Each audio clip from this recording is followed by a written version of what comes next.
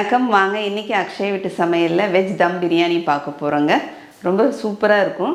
நல்லா சாதம் பொலன்னு டேஸ்ட் ரொம்பவே நல்லாயிருக்கும். கூடவே டுடேஸ் லஞ்ச் பாக்ஸில் ரைஸ் கீர் போட்டிருந்தேன். சிகப்பரிசி பாயாசம் ரொம்பவே சூப்பராக இருக்கும். அது ஒரு க்ரீமியாக ரொம்ப டேஸ்ட்டு ஒரு ரிச்சாக இருக்கும். அது சாப்பிட்றதுக்கு ரொம்ப ஹெல்த்தியானதும் கூட. வாங்க இப்போ எப்படி செய்கிறதுன்னு போய் பார்க்கலாம். முதல்ல இந்த ரைஸ் கீருக்கு இந்த சிகப்பு கார அரிசியை நம்ம எடுத்துடலாம். நம்ம காது குத்துறதுக்கெலாம் நம்ம யூஸ் பண்ணோம்லங்க, அந்த சிகப்பு அரிசி தான் இது. எல்லா கடைகள்லேயும் கிடைக்கும். 1 கப் அளவுக்கு சிகப்பு கார அரிசி எடுத்துருக்கேன். இதை ஒரு பவுலில் சேர்த்துட்டு ஃபஸ்ட்டு இதை கழுவி எடுத்துகிட்டு வந்துடலாம். நம்ம இப்போ அரிசியை கழுவி எடுத்துகிட்டு வந்துட்டோங்க. இப்போ இந்த அரிசியை ஃபஸ்ட்டு கொஞ்சம் நேரத்துக்கு ஒரு 5 நிமிஷம் நம்ம துணியில் காய போட்டுடலாம். அடியில் நியூஸ் பேப்பர் போட்டிருக்கேன். தண்ணி நமக்கு நல்லா இழுத்துக்கும். இப்போ இன்னொரு பவுலில் பாதாம் எடுத்துருக்கேங்க. பாதாமுக்கு அளவு இல்லை, கொஞ்சம் நமக்கு தேவையான அளவுக்கு நம்ம எடுத்துக்கலாம். இப்போ இதை சுடு தண்ணி ஊற்றி ஊற வச்சிடலாம். இதை மேலே தோல் எடுக்கிறதுக்காக சுடு தண்ணி ஊற்றி ஊற வச்சிடுறாங்க. இதுவும் அப்படியே நம்ம ஓரமாக வச்சிடலாம். இப்போ இங்கே இன்னொரு பவுலில் கொஞ்சமாக குங்குமப்பூ ஊற வச்சிடுறேன். சூடான பால் ஊற்றி ஊற வச்சிடலாங்க. இப்போ நம்ம பாயாசத்துக்கு அரிசி கழுவிட்டு பாதாம் ஊற வச்சுருக்கோங்க.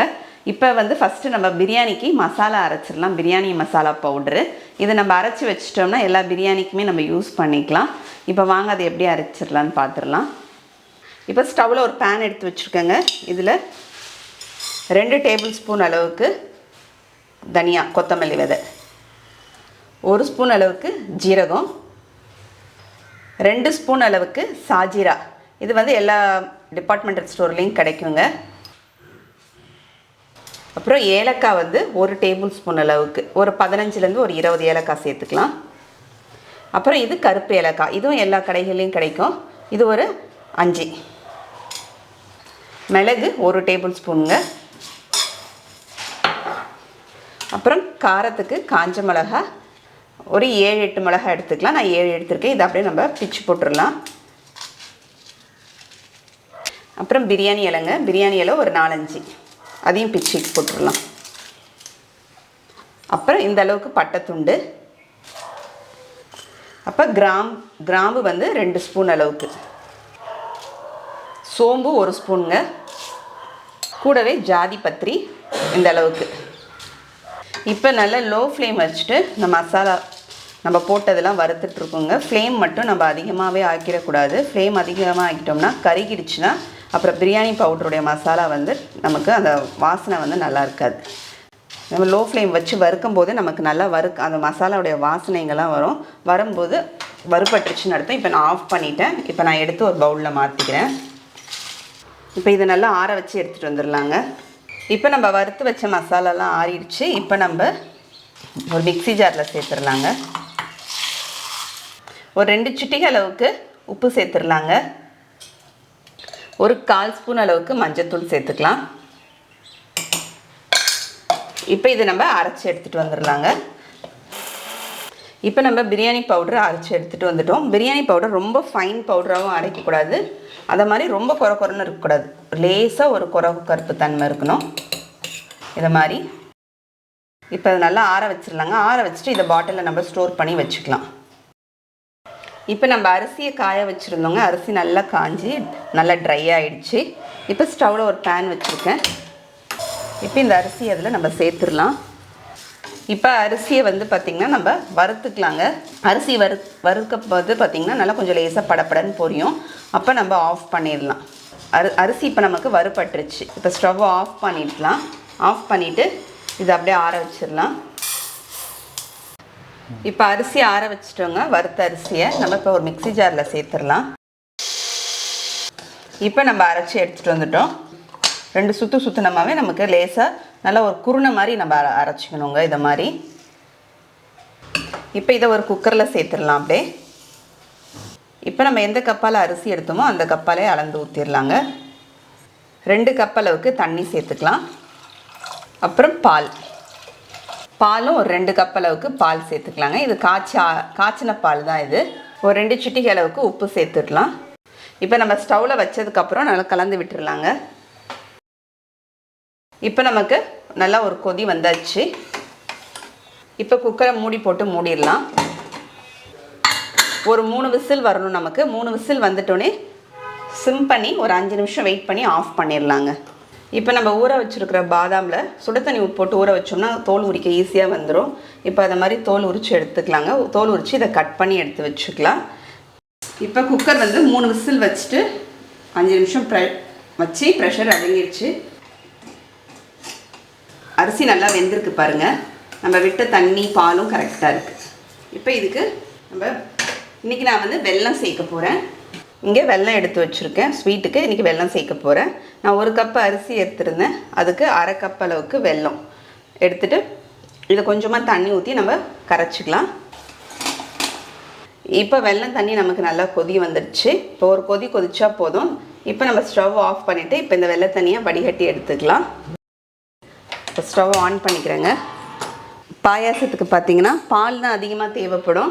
ஏன்னா இது ரைஸ் கீருன்றதுனால பால் சேர்க்கும் போது தான் ரொம்பவே நல்லாயிருக்கும். இப்போ ஏற்கனவே நம்ம ஒரு 2 கப் அளவுக்கு பால் சேர்த்துருந்தோம்.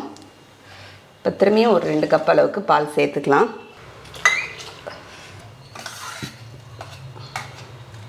இப்போ நமக்கு கொஞ்சம் நம்ம திக்காக இருந்ததுனால நமக்கு அங்கங்கே கொஞ்சம் பால் சேர்த்ததுக்கப்புறம் கொஞ்சம் அங்கங்கே கட்டி மாதிரி இருக்கும். இப்போ இந்த மாதிரி நம்ம ஒரு விஸ்க் வச்சு மிக்ஸ் பண்ணி விட்டுட்டோம்னா எல்லாம் ஒன்று போல் ஆகிடுங்க. இப்போ பாருங்கள், இப்போ சரியாக இருக்கும். இப்போ நமக்கு லேசாக ஒரு கொதி வந்ததுக்கப்புறம் இதில் 1 ஸ்பூன் அளவுக்கு ஏலக்காய் தூள் சேர்த்துடலாம். வெல்லம் சேர்க்கறதுனால கொஞ்சமாக நம்ம ஒரு 1/4 ஸ்பூன் அளவுக்கு சுக்குத்தூள் சேர்த்துக்கலாங்க. இப்போ ஸ்டவ் ஆஃப் பண்ணிடுறேன். இப்போ 1 கப் அளவுக்கு கண்டன்ஸ் மில்க்கு, இது வீட்டிலே செஞ்சது தாங்க. பாலை நல்லா காய்ச்சி நம்ம நல்லா 4 கிளாஸ் பால் அளவுக்கு சுண்டை காய்ச்சினோம்னா அதுக்கப்புறம் 4க்கு 1ன்னு சொல்லிவிட்டு சர்க்கரை சேர்க்கணும். சர்க்கரை சேர்த்துட்டு அது நல்லா திரும்பி நல்லா சுண்டை காய்ச்சி ஆற வச்சு ஒரு மிக்ஸி ஜாரில் போட்டு அரைச்சி வச்சிட்டோம்னா நமக்கு வீட்டிலே கண்டன்ஸ் மில்க் ரெடி ஆகிடும். அப்படி உங்ககிட்ட கண்டன்ஸ் மில்க் இல்லைன்னு நினச்சிங்கன்னா நான் இப்போ 1/2 கப்பு வெல்லத்துக்கு சேர்த்தேன். நீங்கள் ஒரு 3/4 கப் அளவுக்கு வெல்லம் சேர்த்து பாலே சேர்த்துக்குங்க. இப்போ நம்ம பாதாம் பருப்பை தோல் உரிச்சிட்டு இதை மாதிரி கட் பண்ணி எடுத்து வச்சுருக்கேன். இப்போ இதையும் நம்ம கொஞ்சமாக சேர்த்துடலாம். இந்த பாயாசத்துக்கு இந்த கீருக்கு பார்த்திங்கன்னா 1 ஸ்பூன் கொஞ்சம் கூட நெய் கிடையாது நமக்கு. இப்போ நமக்கு வெஜ் தம் பிரியாணிக்கு பார்த்திங்கன்னா எல்லாம் காய்கறியெல்லாம் கட் பண்ணி வச்சுருக்கேன். பீன்ஸு, கேரட்டு, பட்டாணி, உருளைக்கிழங்கு, காலிஃப்ளவர்லாம் எடுத்து கட் பண்ணி எடுத்து வச்சுருக்காங்க. அதுக்கப்புறம் இது வந்து ஹைதராபாத் தம் பிரியாணிக்குன்னு பார்த்தோம்னா வெங்காயம் வந்து ஃப்ரை பண்ணி போடுவாங்க. அப்போ ஃப்ரை பண்ணி போடும்போது அது டேஸ்ட் வந்து ரொம்பவே நல்லாயிருக்கும். அதனால் நல்லா இதை மாதிரி மெலிசாக எடுத்து கட் பண்ணி எடுத்து வச்சுருக்கேன். இதை மாதிரி நல்லா மெலிசாக இருக்கணும் ஒவ்வொன்றும். இப்போ எண்ணெய் வந்து மிதமான தீயில் இருக்கணுங்க. தீயில் இருக்கும்போது இப்போ போட்டுக்கலாம்.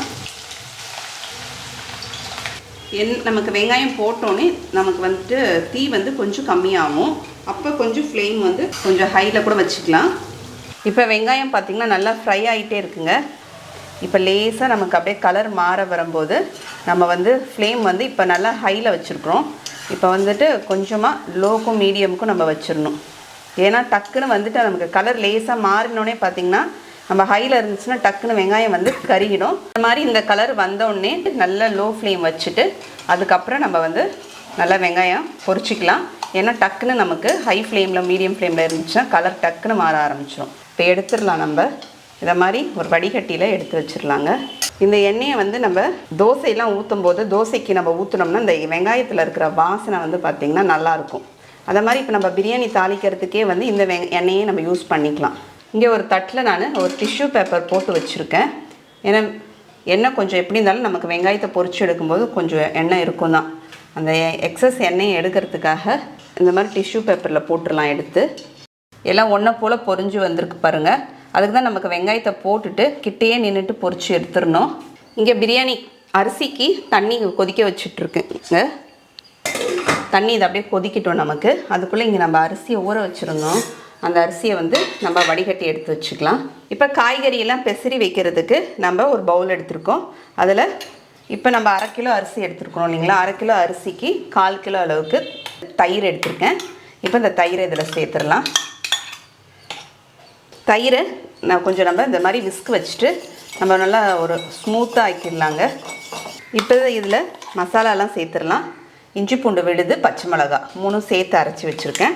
ஒரு 2.5 டேபிள் ஸ்பூன்லேருந்து 3 டேபிள் ஸ்பூன் அளவுக்கு நம்ம சேர்த்துக்கலாங்க. 3 டேபிள் ஸ்பூனாகவே சேர்த்துக்கிட்டேன். அரைச்சி வச்சுருக்கிற பிரியாணி மசாலா 2 டேபிள் ஸ்பூன், ஒரு 1/4 ஸ்பூன் அளவுக்கு மஞ்சள்தூள், 1 ஸ்பூன் அளவுக்கு காஷ்மீரி மிளகாத்தூளுங்க, ஒரு 1.5 ஸ்பூனாக போட்டுக்கிறேன். 1.5 ஸ்பூன் அளவுக்கு தனியாத்தூளுங்க, அப்புறம் 1 ஸ்பூன் அளவுக்கு வெறும் மிளகாத்தூள், நம்ம வீட்டில் அரைச்சி வச்சுருக்கிற வெறும் மிளகாத்தூள் 1 ஸ்பூன். அப்புறம் உப்பு சேர்த்துடலாம். உப்பு ஒரு 2 ஸ்பூன் அளவுக்கு இப்போ சேர்த்துக்கிறேங்க. அப்புறம் நல்லா பொடிசாக கட் பண்ண புதினா, அப்புறம் நல்லா பொடிசாக கட் பண்ண கொத்தமல்லி தழை, ஒரு அரை மூடி அளவுக்கு எலுமிச்சப்பழம் சாறு சேர்த்துட்டு ஃபஸ்ட்டு இந்த மசாலாலாம் நல்லா இந்த தயிரோடு சேர்த்து கலந்து விட்டுடலாம். இப்போ நம்ம காய்கறிலாம் சேர்த்துடலாங்க. இப்போ நான் ஒரு 15 பீன்ஸ் எடுத்து இந்த மாதிரி கட் பண்ணி எடுத்து வச்சுருக்கேன், அதை சேர்த்துடலாம். அந்த மாதிரி கேரட், காயெல்லாம் கொஞ்சம் பெருசாகவே கட் பண்ணிக்கலாம். நமக்கு 2 கேரட் எடுத்திருக்கேன். இந்த மாதிரி காலிஃப்ளவர் இந்த மாதிரி சைஸில் கட் பண்ணியிருக்கேங்க. உப்பு தண்ணியில் போட்டு வச்சுருந்துட்டு அதுக்கப்புறம் எடுத்திருக்கேன். இந்த மாதிரி உருளைக்கிழங்கு இவ்வளோ பெரிய சைஸில் கட் பண்ணி 2 உருளைக்கிழங்கு எடுத்திருக்கேன். தண்ணியில் போட்டு வச்சா கருக்காமல் இருக்குன்னு கட் பண்ணி தண்ணியில் போட்டு வச்சுருக்கேன். அப்புறம் பச்சை பட்டாணி. இப்போ இதெல்லாம் வந்து நம்ம கலந்து விட்டுடலாம். இப்போ இது கூடவே நம்ம ஃப்ரை பண்ணி வச்சுருக்கிற வெங்காயம் ஒரு 3/4 வாசி இதில் போட்டுடலாங்க. மீதி கொஞ்சம் 1/4 வாசி வந்து நம்ம எடுத்து வச்சுக்கலாம். இது கூடவே நம்ம வெங்காயத்தை பொரித்து வச்சுருந்தோம் இல்லைங்களா, அந்த எண்ணெயை எடுத்து சேர்த்துடலாம். இந்த எண்ணெய் சேர்க்கும் போது நல்லா வாசனையாக இருக்கும். இந்த குழிக்கரண்டியால் ஒரு 2 குழிக்கரண்டி சேர்த்துருக்கேன். ஒரு 3 டேபிள் ஸ்பூன்லேருந்து ஒரு 4 டேபிள் ஸ்பூன் அளவுக்கு சேர்த்துக்கலாம். சேர்த்துட்டு அப்படியே கலந்துருங்க. இது அப்படியே கலந்து வச்சுட்டு ஒரு 10-15 நிமிஷம் போல் நமக்கு இது அப்படியே ஊறுச்சுன்னா நல்லாயிருக்கும். இப்போ இங்கே பிரியாணிக்கு அரிசி வேக வைக்கிறதுக்கு தண்ணி வச்சுருக்கேங்க. இந்த பக்கம் பிரியாணி தாளிக்கிறதுக்கு பாத்திரம் எடுத்து வச்சுருக்கேன். நம்ம இந்த பக்கம் பிரியாணி பாத்திரம் வச்சு இந்த பக்கம் காய்கறியை போட்டுட்டு அதுக்கப்புறமா அந்த பக்கம் தண்ணி கொதிச்சுட்டே தான் இருக்குது, கொதிக்கிட்டோம். அப்புறம் அரிசி போட்டோம்னா நமக்கு சரியாக இருக்கும். இப்போ நம்ம ஃப்ரை பண்ணி எடுத்து வச்சுருக்கோம் இல்லைங்களா, இந்த வெங்காயத்தோடைய எண்ணெயே சேர்த்துக்கலாம். ஒரு 3-4 டேபிள் ஸ்பூன் அளவுக்கு எண்ணெய் சேர்த்துக்கலாங்க. சேர்த்துட்டு நம்ம இங்கே ஊற வச்சுருக்கிற காய்கறி கலவையை சேர்த்துடலாம். இந்த ஹைதராபாத் தம் பிரியாணிக்கு நம்ம வெங்காயம் தக்காளியெல்லாம் போட்டு நம்ம நார்மல் பிரியாணிக்கு வதக்குற மாதிரி வதக்க தேவையில்லைங்க. இந்த மாதிரி இது காய் சேர்த்து நமக்கு ரொம்ப நேரம் வதக்கணும்னு அவசியம் இல்லை. ஏன்னா அதுக்கப்புறம் நம்ம தம் போட போகிறோம். நமக்கு வந்து ஒரு 5 நிமிஷம் நமக்கு வதக்கினோம்னா நமக்கு சரியாக இருக்கும். நமக்கு அந்த தயிரில் இருக்கிற எண்ணெயும் நமக்கு விட்டுருக்கிற எண்ணெயும் நமக்கு பிரிஞ்சு வரணும். அந்தளவுக்கு வதக்கினோம்னா நமக்கு சரியாக இருக்கும். இப்போ இங்கே காய்கறி வதங்கிட்டே இருக்கிறதுக்குள்ளே இங்கே தண்ணியும் நமக்கு நல்லா கொதிச்சிடுச்சு. இப்போ இந்த தண்ணியில் நீங்கள் வீட்டில் பிரிஞ்சி இலை இருந்தால் பிரிஞ்சி இலை சேர்த்துக்குங்க. இன்றைக்கி நான் வந்து ரம்ப இலையை சேர்த்துக்கிறேன். இது கூட ஒரு துண்டு பட்டை, ஒரு ஸ்டார் பூ, ஒரு 4 கிராம்பு, ஒரு 2 ஏலக்காய், ஒரு 4-5 மிளகு, ஒரு 1/4 ஸ்பூன் அளவுக்கு இந்த சாஜிரா. அப்படி இது இல்லைன்னா வெறும் நார்மல் ஜீரகம் சேர்த்துங்க. இதுக்கு எல்லா கடைகளையும் கிடைக்கும். இது இந்த பிரியாணிக்கு இந்த குருமா குழம்புலாம் நம்ம வைக்கும்போது இது போட்டோம்னா நல்லா வாசனையாக இருக்கும். அதுக்காக தான். இது கூட 2 பச்சை மிளகாய், அப்புறம் எலுமிச்சப்பழத்துண்டு. இது போட்டு நமக்கு ஒரு நிமிஷம் நமக்கு நல்லா அப்படியே நல்லா கொதிக்கட்டும். கொதிக்கும் போது நம்ம அரிசியை சேர்த்துடலாம். இப்போ ஒரு நிமிஷம் போல் ஆயிடுச்சுங்க. இப்போ நம்ம வடிகட்டி வச்சுருக்கிற அரிசியை சேர்த்துடலாம். அரிசி சேர்த்துட்டு ஒரு கொதி வர வரைக்கும் ஹை ஃப்ளேமில் வச்சுருப்போம். அதுக்கப்புறம் ஃப்ளேமை வந்து பார்த்திங்கன்னா லோ ஃப்ளேம் ஆக்கிடலாம். நம்ம அரிசியை நம்ம வந்து 3/4 மணி நேரத்துலேருந்து 1 மணி நேரம் வரைக்கும் நம்ம ஊற வச்சுருந்தோம்னா நமக்கு 4-5 நிமிஷத்துலேயே பார்த்திங்கன்னா அரிசி வெந்துடும். அரிசி வந்து ஒரு 3/4 பாதம் தான் வேகணும், முழுசாக வேகக்கூடாது. இப்போ இதில் உப்பு சேர்த்துடலாங்க. இப்போ ஏற்கனவே அதில் 2 ஸ்பூன் அளவுக்கு உப்பு சேர்த்துருக்கேன். இப்போ இதில் இந்த தண்ணிக்கு நம்ம கொதிக்கணும். அதனால் 1 டேபிள் ஸ்பூன் அளவுக்கு உப்பு சேர்த்துடலாம். அடுப்பை வந்து நல்லா சிம் பண்ணிவிட்டு இப்போ மூடி போட்டு மூடிடுறேன். இந்த பக்கம் காய்கறி பார்த்திங்கன்னா ஒரு 5 நிமிஷம் போல் நல்லா வதக்கியாச்சுங்க. இப்போ பாருங்கள் நல்லா நமக்கு எண்ணெயும் நல்லா பிரிஞ்சு வந்துடுச்சு. இதை அப்படியே நம்ம ஆஃப் பண்ணிடுறேன். நான் இப்போ அரிசியை நம்ம வடிகட்டணும். அதனால் இப்போ அரிசி போட்டோம். நமக்கு நல்லா 3-4 நிமிஷம் ஆயிடுச்சு. செக் பண்ணிடலாம். நம்ம அரிசியை பார்த்துடலாம். அரிசி கொஞ்சம் நல்லா சாதம் நமக்கு நல்லா நீளமாக வந்திருக்கு. இந்த அளவுக்கு நமக்கு வெந்துச்சுன்னா சரியாக இருக்கும். இந்த போட்ட நம்ம எலுமிச்சப்பழத்தையும் பச்சை மிளகாவையும் எடுத்துடலாங்க. எடுத்துகிட்டு இதை வடிகட்டிடுறேன். நம்ம எலுமிச்சப்பழம் அந்த போடும்போது சாதம் பாருங்கள் நல்லா வெள்ளை வெள்ளைன்னு இருக்குது. இந்த பிரியாணி இந்த இலையும் எடுத்துடுறேன் நான். இப்போ இதில் கொஞ்சமாக அப்படியே கொத்தமல்லி தழை புதினாவையும் போட்டுட்டு நம்ம வேக வச்சுருக்கிற அரிசியும் எடுத்து போட்டுடலாம். கீழே வந்து காய்கறி வந்து நம்ம ஈவனாக அப்படியே இப்போ பாத்திரம் எனக்கு அகலமாக இருக்கிறதுனால நல்லா நான் கீழே அப்படியே காய்கறியை நல்லா ஸ்ப்ரெட் பண்ணி வச்சுருக்கேன். அரிசியும் இதை மாதிரி தூவின மாதிரி போகணும். அரிசி பாருங்கள் நல்லா உதிரியாக இருக்குது. இப்போ இதுக்கு மேலே கொஞ்சமாக நம்ம பொரிச்சு வச்சுருக்கிற வெங்காயம், கொஞ்சமாக புதினா பொடிசாக கட் பண்ணது, அதை மாதிரி பொடிசாக கட் பண்ண கொஞ்சமாக கொத்தமல்லி தழை, திரும்பி மீதி இருக்கிற சாதத்தையும் சேர்த்துடலாம். இப்போ இதுக்கு மேலே திரும்பியும் நம்ம ஸ்டவ் நல்லா சிம்மில் வச்சுருக்கேங்க.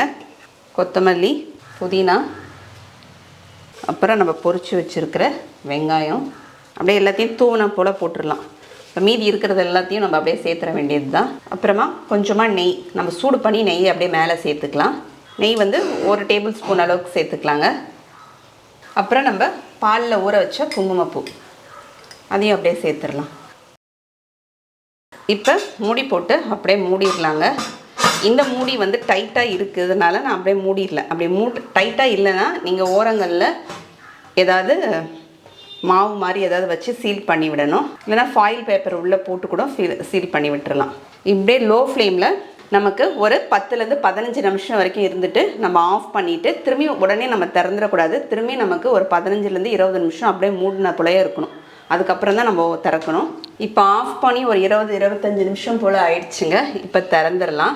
முடியை அப்படி இழுத்த மாதிரி திறந்தோம்னா வேர்வை தண்ணியெலாம் கீழே சிந்திடும். இப்போ இந்த சைட்லேருந்து அப்படியே எடுத்து விடலாங்க. இப்போ நம்ம பொரிச்சு வச்சுருக்கிற வெங்காயத்தை கொஞ்சமாக வச்சுருந்தோம் இல்லைங்களா, அதை மேலே அப்படியே தூவி விட்டுறலாம். ஹோட்டலெல்லாம் இப்படி தான் தூவி தருவாங்க. வெஜ் தம் பிரியாணி, ஹைதராபாத் வெஜ் தம் பிரியாணி எப்படி இருக்குன்னு டேஸ்ட் பார்த்துடலாங்க. சாதம் நல்ல புலன்னு சூப்பராக வந்திருக்கு. டேஸ்ட் ரொம்பவே சூப்பராக இருக்குங்க. நம்ம ஒரு ரெஸ்டாரண்ட்டில் போய் சாப்பிட்ற மாதிரி நல்லாவே சூப்பராக இருக்குது. பாயாசம், ரைஸ் கீர் இது எப்படி இருக்குன்னு பார்த்துடலாம். இது ரொம்பவே நல்லாயிருக்கும். ஏற்கனவே எங்கள் வீட்டில் சாப்பிட்றது தான். இதுவும் ரொம்பவே சூப்பராக இருக்குது. இது ரெண்டுமே நீங்கள் எப்படி இருக்குன்னு செஞ்சு பார்த்துட்டு கமெண்ட்டில் சொல்லுங்கள். அடுத்த வீடியோவில் பார்க்கலாம். தேங்க்யூ.